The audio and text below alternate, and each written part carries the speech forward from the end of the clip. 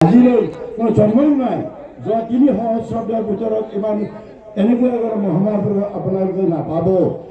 আমি সকলো ধৰ্মগুৰুকে আমি সন্মান জনাওঁ, শ্ৰদ্ধা কৰোঁ, আমি সেৱা জনাওঁ আৰু স্বীকৃতি দিওঁ। কিন্তু আমাৰ এই ধৰ্মগুৰুসকলে ধৰ্ম দিছে, ধৰ্ম নিদিয়াকৈ থকা নাই। সকলোৱে জগতৰ মানুহৰ কল্যাণৰ কাৰণে সকলো যিমান ধৰ্মগুৰু আমাৰ বৈষ্ণৱ ধৰ্মগুৰুসকলে যি কৰিছিলে সকলোৱে মানুহৰ কল্যাণৰ কাৰণে কৰিছে। কিন্তু মহাপুৰুষ গুৰুজনাৰ প্ৰতিভাৰ ক্ষেত্ৰত সৰ্বগুণী যিবোৰ আছে কেৱল ধৰ্মকে কৰি থকা ধৰ্ম আৰু মানুহৰ জীৱনৰ লগত কি সম্পৰ্ক আছে, ধৰ্ম সামাজিক জীৱনৰ লগত কি সম্পৃক্ত হৈ আছে, এই যোগসূত্ৰ কৰি সেৱক আৰু এই সেৱকৰ মাজত সেব্য বস্তু ভগৱন্ত কৃষ্ণদেৱ সেৱক আমি ভকতসকল আৰু আমাৰ এই যোগসূত্ৰ ব্ৰিজ আমি কৰিব ভগৱানৰ ওচৰলৈ যোৱাৰ মাৰ্গ হ'ল ভক্তি মাৰ্গ।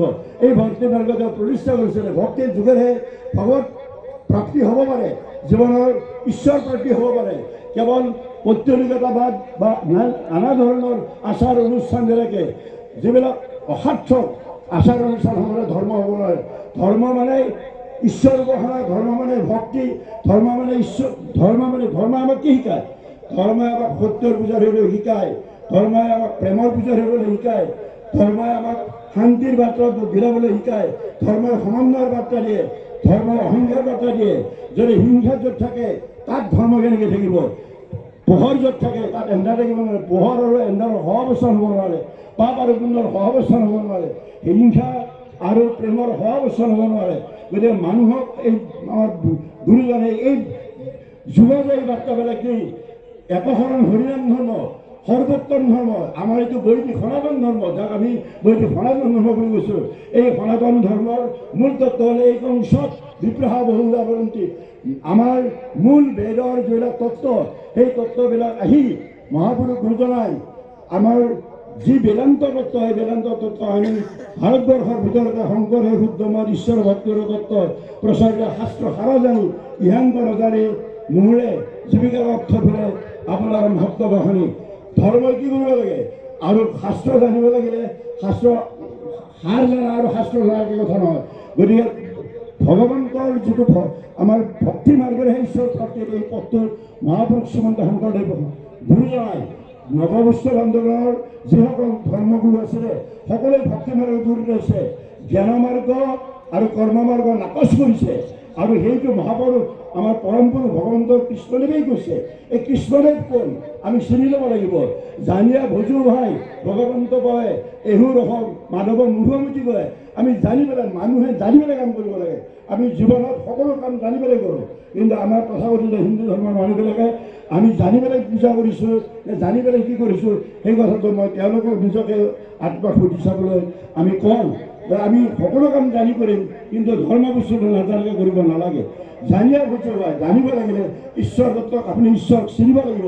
ঈশ্বৰ পৰম ব্ৰহ্মই অনন্তকোটি ব্ৰহ্মাণ্ডৰ অধিকাৰী, সৃষ্টি স্থিতি প্ৰলয়ৰ গৰাকী আমাৰ এই পৰম ব্ৰহ্মৰ যিটো সাকাৰ ৰূপ সবিশেষ ৰূপ ভগৱন্ত কৃষ্ণদেৱ বুলি কৃষ্ণদেৱে ক'লে আমাৰ সমস্ত বেদান্তৰ সাৰ শাস্ত্ৰ শিৰোমণি ভাগৱত শাস্ত্ৰত ইয়াক প্ৰতিবন্ধ কৰি গৈছে।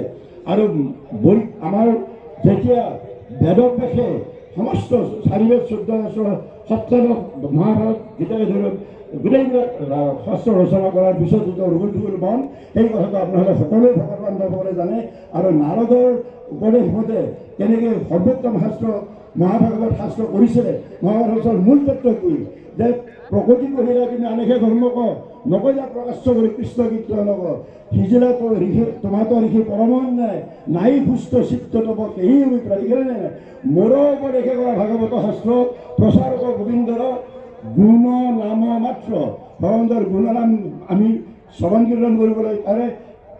এই কথা যদ্যপি ভকতি নৱবিধম গৰ্বৰ শ্ৰৱণ কীৰ্তনৰ মহাশ্ৰেষ্ঠকৰ অৰ্চন বন্দন ধ্যান সমস্তৰে কৰি নিজ যশ কীৰ্তনত কৃষ্ণ সুন্দৰ কৰি।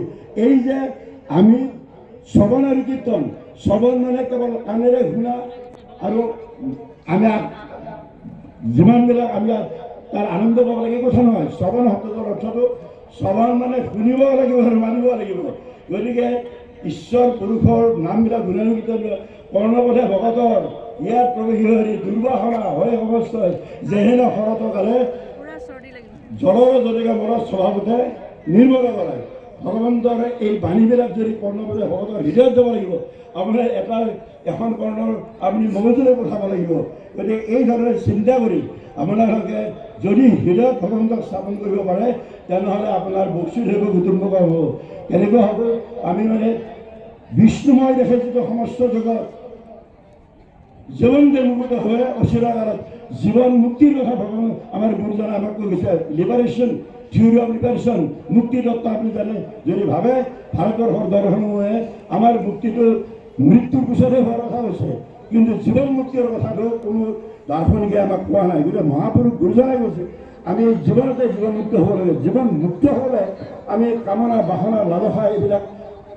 সমস্ত নিয়ন্ত্ৰণ কৰি আমি কিছু পৰিমাণে হ'লেও বৈৰাগ্য পৰমতে আমি হৃদয়ত যদি আমি ভগৱন্ত কৃষ্ণক চৈতন্য মূৰ্তিৰ ৰূপে আমি হৃদয়ত স্থাপন কৰিব পাৰোঁ আমাৰ হৃদয়ত যদি ভগৱন্তক ৰাখিব পাৰোঁ তেনেহ'লে ঠাই মুখে ক'লা নাম হৃদয় ধৰা ৰূপ এনেকৈ মুক্তি পাব হৈ গৈছে